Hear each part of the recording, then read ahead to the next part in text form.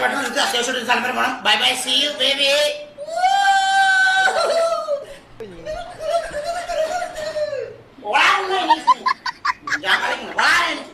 കളിക്കാറിയത്തില്ല, പൊണക്കാനവരത്തിന് അങ്ങോട്ട് ചണ്ടൻ.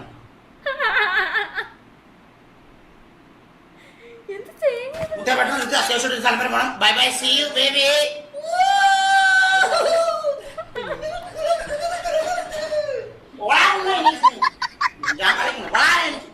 കളിക്കാറിയത്തില്ല, പൊണക്കാനവരത്തിന് അങ്ങോട്ട് ചണ്ടൻ.